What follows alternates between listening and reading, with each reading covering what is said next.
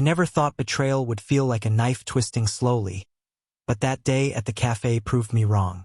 I had walked in searching for a quiet corner to escape the noise of the world, only to be confronted with the sight that shattered me.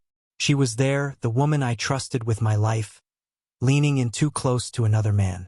Their laughter mingled with the clinking of coffee cups, and in that instant, my heart dropped into a pit of disbelief. I froze, watching from a distance, unable to breathe. My entire reality unraveled in seconds.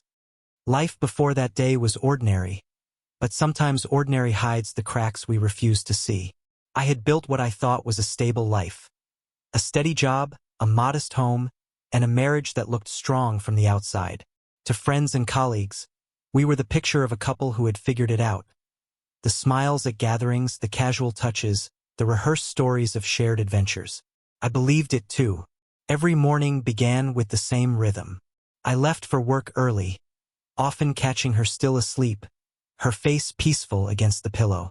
In the evenings, she greeted me with stories about her day, but lately those stories felt thinner, like she was handing me fragments rather than the full picture. She blamed stress, exhaustion, or the endless stream of responsibilities.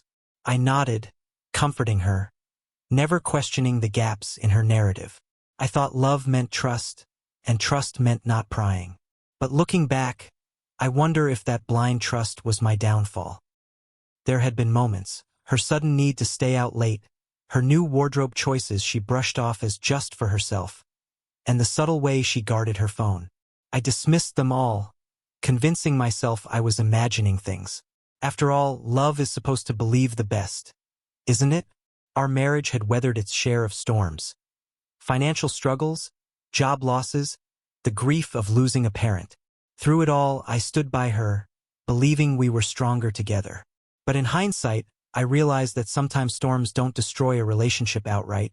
They just weaken the foundation, leaving it vulnerable to collapse when temptation knocks at the door. That morning, nothing seemed unusual. I had gone about my day, immersed in deadlines and the mundane hum of office life. By late afternoon, I felt drained and decided to leave early, craving a warm cup of coffee and a moment of solitude. The cafe was on my route home, a cozy place we had once frequented together. I never expected that walking through its doors would change everything. The first thing I noticed was her laugh. It was familiar, intimate, the kind of laugh I thought was reserved for our private moments. I turned toward the sound instinctively, and there she was, sitting in a corner booth with a man I had never seen before. At first, I tried to rationalize it. Maybe it was a coworker. Maybe she was catching up with an old friend. But as I watched, the explanations unraveled. She leaned toward him, her eyes shining in a way I hadn't seen directed at me in months. His hand brushed hers casually, not the way acquaintances touch, but the way someone does when they've crossed a line. I sank into a chair far enough away not to be noticed, my body rigid with disbelief. The cafe buzzed with the chatter of strangers, but all I could hear was the pounding of my own heart. My mind raced through memories, searching for clues I had missed. Every late-night text, every unexplained delay, every half-hearted excuse suddenly aligned into a devastating truth. I wanted to storm over, to demand answers, to tear away the mask of normalcy she had so carefully worn at home. But instead, I sat frozen, paralyzed by the realization that the person I trusted most was a stranger before me. The man leaned in, whispering something that made her blush. And then it happened. She placed her hand on his cheek and kissed him. Not the chaste kiss of old friends, but something tender, deliberate, intimate.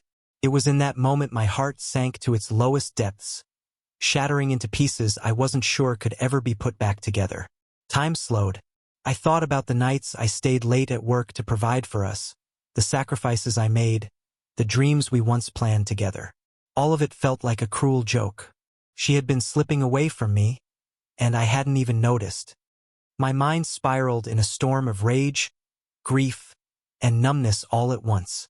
I wanted to stand up, to confront her, to ask why. But what could she possibly say that would mend the gaping wound she had carved into me? The betrayal wasn't just about a kiss.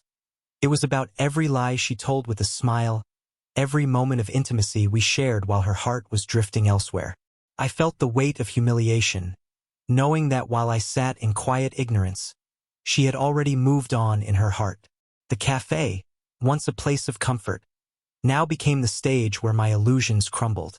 Every detail etched itself into my memory.